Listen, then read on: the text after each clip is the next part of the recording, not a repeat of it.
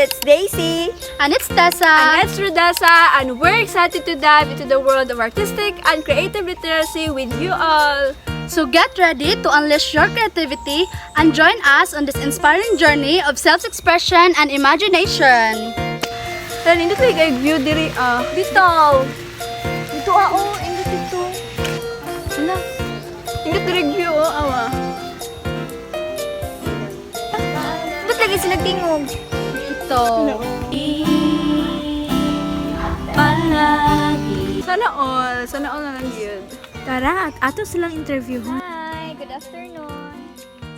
Hindi lagi mag mga tingog lang. Pwede mo na ako ma-interview? Okay. Ano sa'yo pangalan ninyo lang? Ako da si Jonah. Ako si Angel, ma'am. Ako si Romelin, ma'am. Nag-eskwela pa mo? Oo. Pag-aasa sa mo lang. Katag-arti. Ako gikan ko Santiago, ma'am. Ako po, taga-RTR. So, nakita na mo kagay na ba nga, nindot kayo nyo ang performance, nindot kayo mong tingog, mo na nga, gidool na mo. So, nalang may mga pangutana. Oh, gamay ra. So, how did you first discover your talent na maayo mo kanta or mag-play o guitar? So ako is na-discover na ako na so katong when I was 5. So ni-appeal ko og contest akong representative sa among school and then champion me nya dili ra kay kadto is ni-appeal pud mi og katong duet na mo. Ako gapod ang representative sa among school. So nakadaog gapon mi pero dili ra kay kanta ang akong kaya. Kaya pud na ako mo play og instruments like organ, piano, guitar, bass guitar, drum.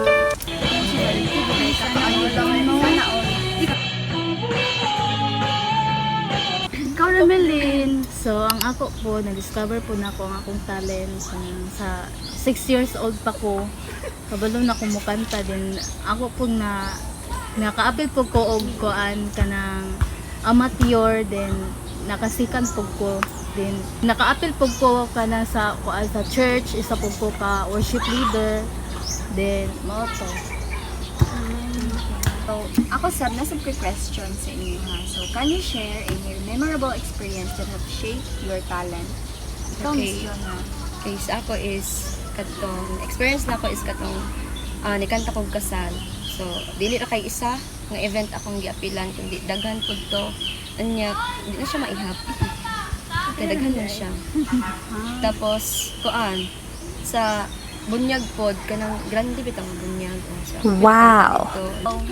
Romelin.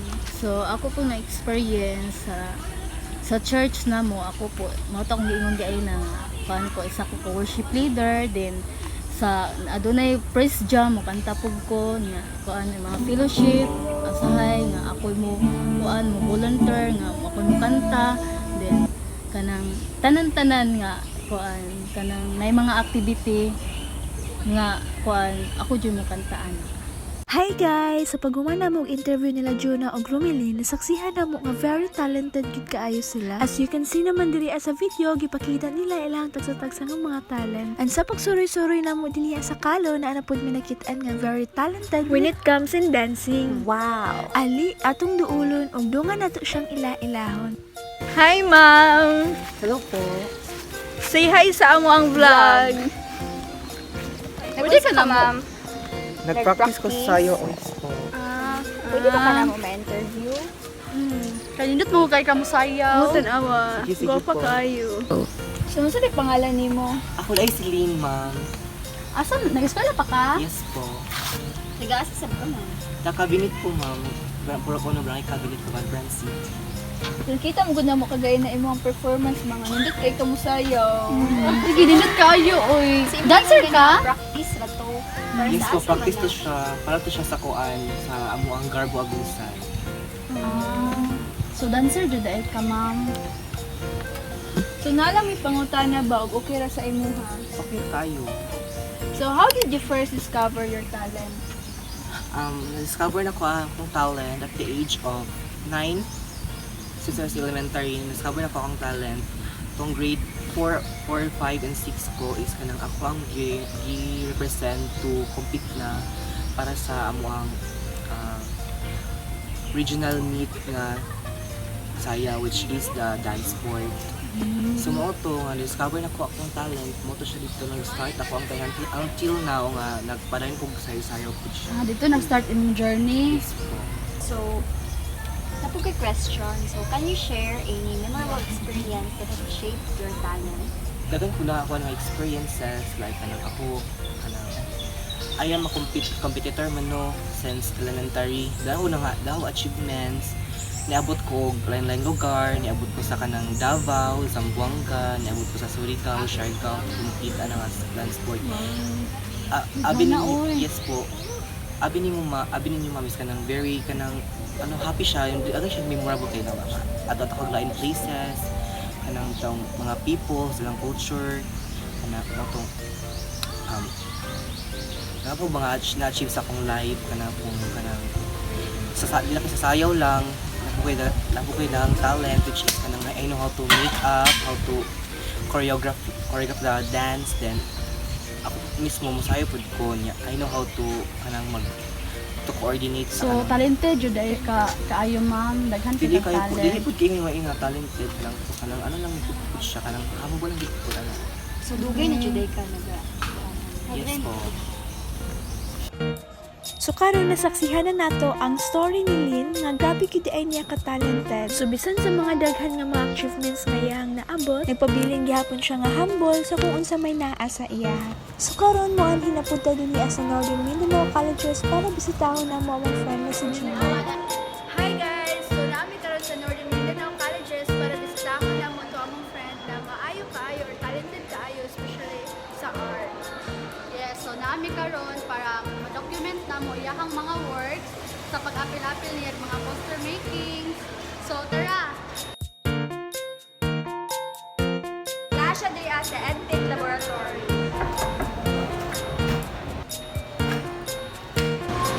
Okay, so na yung mga works nila, mga artists na poster making.